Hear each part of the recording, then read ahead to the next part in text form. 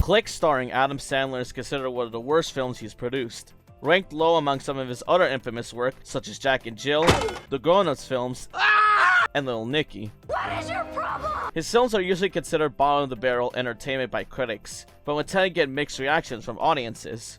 Personally, I haven't seen an Adam Sandler movie up until this point, and wanted to watch Click because of the amount of flack it's received over the years.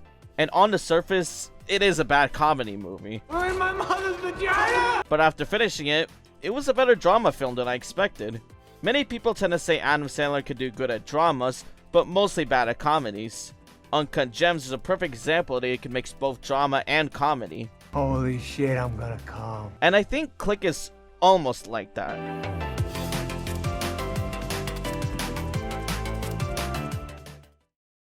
Alright, so first question. Before watching Click, what do you think it'll be like? I don't remember actually because I've seen it like forever ago. I think it was just like, I thought it'd be like a funny little movie. Haha. Honestly, I didn't expect much from an Adam Sandler film because it has Adam Sandler, obviously.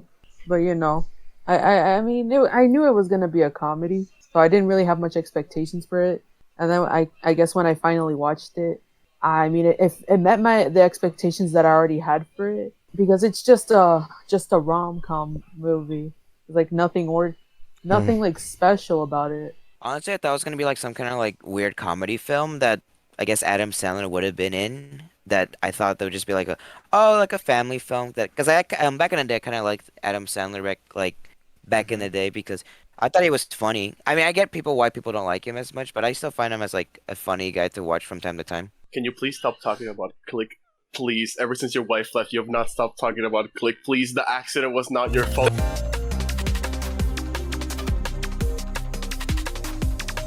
Click is about a guy named Michael Newman, an architect who lives with his wife Donna and his two kids, Ben and Samantha. Michael tends to obsess his work over his family. We had to postpone the camping trip. Amer put me on a project that's due Tuesday. If I don't finish the designs, I'm off it, so... But the kids have been talking about camping with you all year. You think I don't know that? As he desperately wants to have a promotion so that he and his family can become rich. I'm not out drinking or gambling or hitting on chicks. I'm working my ass off so my family can have a better life than I ever dreamed of having when I was a kid. This comes at a cost, however, as he becomes more and more neglectful of his family's wants and needs. It's just every choice I make, everything I do, I disappoint somebody. So maybe make sure you don't keep disappointing the wrong people. One night he goes to Bed Bath & Beyond to find a universal remote. This is where he finds Morty, a scientist working at the Beyond section of the store, who gives him a futuristic looking remote. Does it come with directions? Not necessary. Just point, click, and eventually it will program itself. After receiving the remote, Michael realizes that he can control his entire reality and can essentially do whatever he wants with it. At first, he uses it to his advantage, muting and fast forwarding everything that isn't work related. Should I do my work and become partner now? I think so.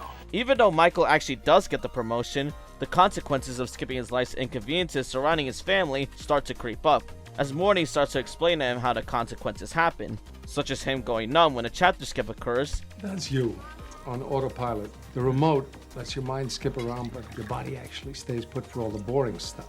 Honey, we should go to lunch tomorrow to get your dad's birthday gift. Sounds good. And how the remote would automatically fast forward based on Michael's preferences. It's fast forwarding on its own now.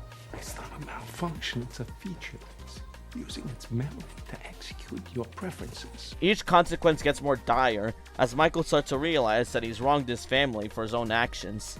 The remote will fast forward his life more and more until he dies near the end. That is, until he wakes up and realizes that it was all a dream. I'm young again. And comes back home ready to spend more time with his family. The plot is somewhat simple enough to work well, and has a lot of room for some good comedy and impactful drama. And Click succeeds at half of that. The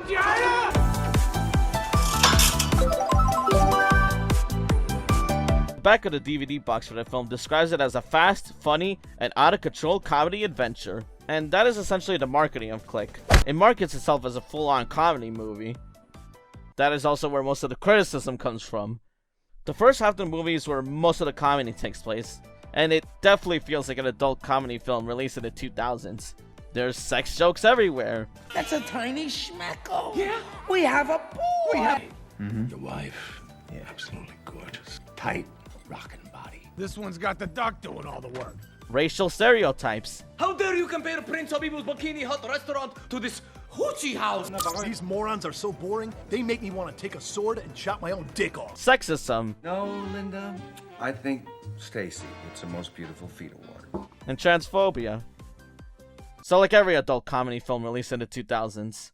The jokes in the movie can range from cliche adult comedy tropes like the ones I mentioned earlier, or jokes made for the lowest common denominator.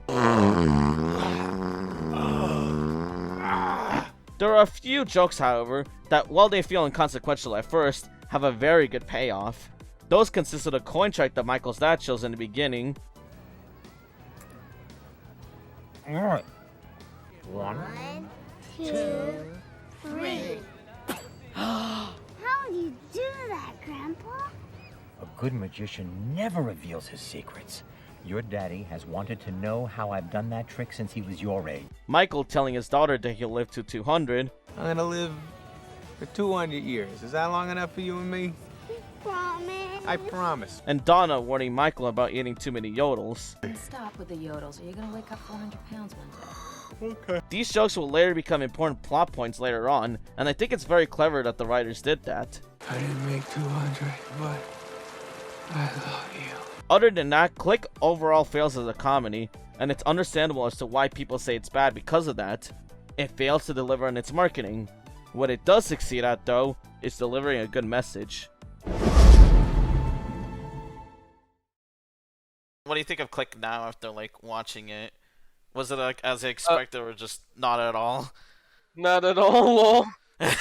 I think, before, I did think it funny, but, after the most recent rewatch, it don't feel like the comedy holds up like how I remember it. But I still do but the message, though, on the other hand, I really do like that. It's, a really good payoff. I didn't expect less or more from a movie that was from the early 2000s.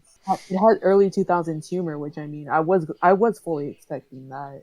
That makes sense. But with the rest, I was just like, I didn't expect anything else. I was just like, oh, yeah, those kinds of jokes are in there. I knew that was gonna happen. It kind of caught me off guard because I didn't find out when I first watched it with my dad. I didn't think of it was a funny movie. I thought it was a nice movie. It was a nice had a nice message. It was a good way.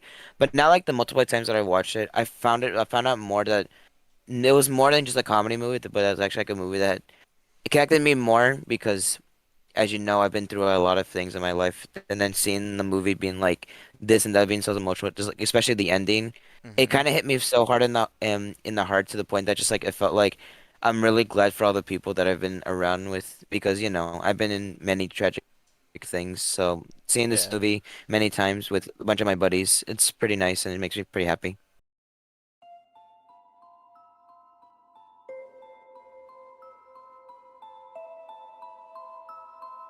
As mentioned previously, Michael's life starts to suffer the consequences of messing with the remote. In the form of the remote automatically fast forward each inconvenience he has. No more showering, no more traffic, no more arguing, no more sickness. It's bad, this is bad. And since it all focuses on work rather than family, his life starts to deteriorate around him. He gets fatter, Donna divorces him for Ben's coach at the beginning, as well as his dog dying. He died.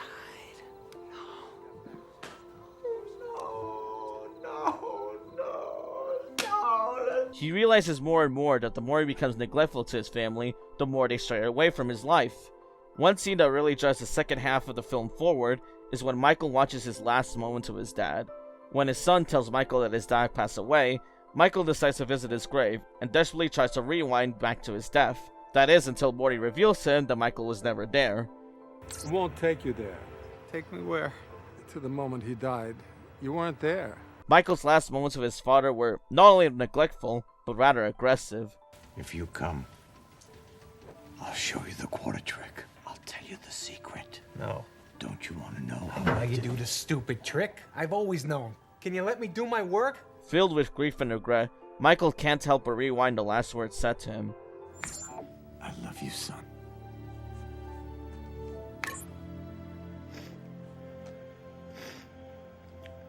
I love you too, Dad. This scene is really impactful. You don't know when or if you're gonna lose someone until it happens right in front of you. And with Michael's case, when he yelled at his dad, he didn't realize that this would be his last interaction with him, that this would be the last words that he said to his own father before he passed. He's suffering the consequences of his own actions. His actions are fast-forwarding what he considers issues. That is why when later in the movie, he meets up with the rest of his family at his son's wedding years later, Michael starts to warm up with the rest of his family there, as he realizes that no matter what, they'll still be there for him, even in his dying breath. In the hospital, Ben mentioned that he canceled a honeymoon for him and his wife for a business trip. Actually, I just canceled the honeymoon. Kensington deal might be falling through, so I gotta go do damage control. Oh, no. Fearing that he would make the same mistake as himself, Michael runs up to Ben to warn him, but ends up falling to the floor and dying. Despite that though, he was still able to put his words out and say his last goodbyes to the people who love him most. Comes first. Family comes first. I love you. I love you.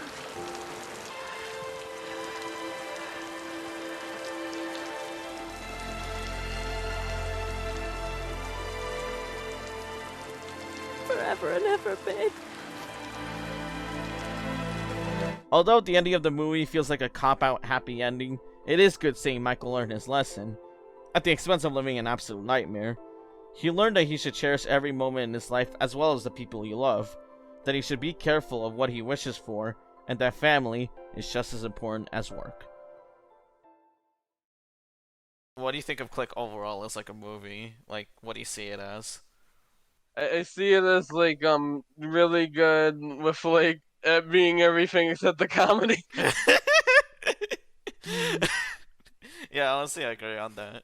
I see it as both a comedy and a drama, because there are those moments where Click will get serious, which, I mean, you don't really expect that much from a comedy film. I mean, comedy films will have a moment where it's like it catches you off guard, but with Click, it gets very serious at some points. I find it more as like a movie that you would watch, like not just ironically, it's more like a movie that you would watch for like with a family or just friends, like not just to goof around, but like a movie that's like you want to feel like something like really nice, something that you want to like feel like you want to bring people together. It's more like like I said, like a family film where sure, like Adam Sandler is not as funny in this movie, or just feels like kind of like a lot of like obscure and stereotypical humor. But yeah, at the end of the day, if you think of it more of as a drama type movie to the point that has a really good message, then you're gonna have a really fun time like connecting with the characters.